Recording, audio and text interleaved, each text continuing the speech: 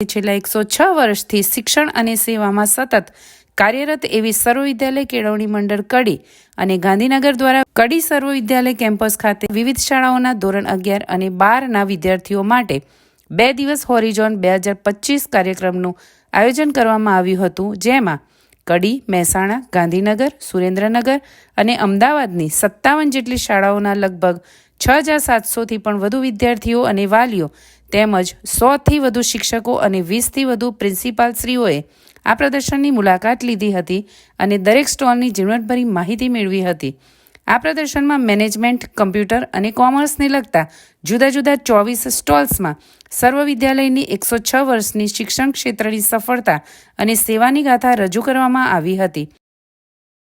106 વર્ષ જૂની પૂજ્ય છગનભાઈ શરૂ કરેલી સર્વવિદ્યાલય કેળવણી મંડળની કડી સર્વ વિશ્વવિદ્યાલયના BBA, BCA અને BCom કોલેજો દ્વારા Horizon 2025 artificial intelligence, cyber security અને આ તમામ વસ્તુઓ અને સસ્ટેનેબલ એનર્જી ઉપર આજે સંસ્થાના તમામ વિદ્યાર્થીઓએ અહીંયા હોરાઇઝન 2025નું આયોજન કરેલું છે.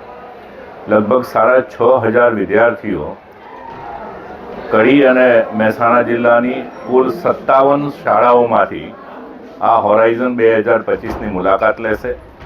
જે વિદ્યાર્થીઓ શાળામાં ભણતા હોય એ વિદ્યાર્થીઓને આજના જમાનાનું ડેવલપમેન્ટ શું છે, સસ્ટેનેબલ એનર્જી દ્વારા વિશ્વની અંદર ક્યાંક એનર્જીની જે એક સૌથી મોટી ખોટ પડી રહી છે, કાર્બનનું જે ઉત્પાદન થઈ રહ્યું છે એને કેવી રીતના ઘટાડવામાં આવે, અને આર્ટિફિશિયલ ઇન્ટેલિજન્સી કે જે આજના જમાનાની જરૂરિયાત છે. નવું વિશ્વ એક નવો આકાર લઈ રહ્યું હોય ત્યારે સર્વવિદ્યાલય પરિવાર હંમેશા નવી નવી વસ્તુઓ સાથે વિદ્યાર્થીઓને જોડી તેમની ક્ષમતા બહાર લાવી અને બદલાયેલા વિશ્વની સાથે તેમને જોડવાનો પ્રયત્ન કરે છે. અને આજે મને કહેતા આનંદ થાય છે કે સર્વવિદ્યાલય કેળવણી મંડળે ગુજરાતની લગભગ 6500 વિદ્યાર્થીઓને આજે અહીંયા આમંત્રિત કરી તેમને આ નવા ડેવલપમેન્ટ સાથે જોડવાનો પ્રયત્ન કરેલો છે. એઆઈના વિશેષ એવા સ્ટોલ જોવા મળ્યા કે કેટલા સ્ટોલમાં ખેતી આધારિતમાં એઆઈ આધારિત ખેતી પર રજૂ કરવામાં આવે છે, જેમાં ખેડૂતને જવાની જરૂર નથી અને જમીનમાં કેટલા પાણીની જરૂર છે એ પણ આપો એક નવીનતમ આઈડિયા વિદ્યાર્થીઓ ડેવલપ કરી રહ્યા છે. બિલકુલ, આપણે જાણીએ છીએ એમ કે ખેતીની અંદર અવનવી પદ્ધતિઓ રોજબરોજ નવી વિકસિત થતી હોય છે. વિજ્ઞાન હંમેશા મદદરૂપ જ થતું હોય છે.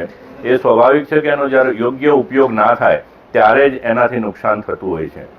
એઆઈ આધારિત ખેતીથી જે ખેડૂતો નવીન પદ્ધતિથી, નવી ટેકનોલોજીથી જાણકાર હશે તે લોકોને પાણીનો બચાવ, એ લોકોની શક્તિનો બચાવ અને અધિકતમ ઉત્પાદન મળી રહે તેવી રીતના એઆઈ આધારિત ખેતીના પણ અહીંયા પ્રોજેક્ટ રજૂ કરવામાં આવે છે. હું આશા રાખું છું કે વિદ્યાર્થીઓ કે જે આજે એક વિદ્યાર્થી તરીકે છે એ જ્યારે પણ વૈજ્ઞાનિક પદ્ધતિથી ખેતી કરતા હશે ત્યારે એ વખતે એ લોકોને આ ઘણું ઉપયોગી શરૂ થશે. ITV ન્યૂઝ ચેનલને લાઇક કરો, શેર કરો અને સબસ્ક્રાઇબ કરવાનું ભૂલતા નહીં.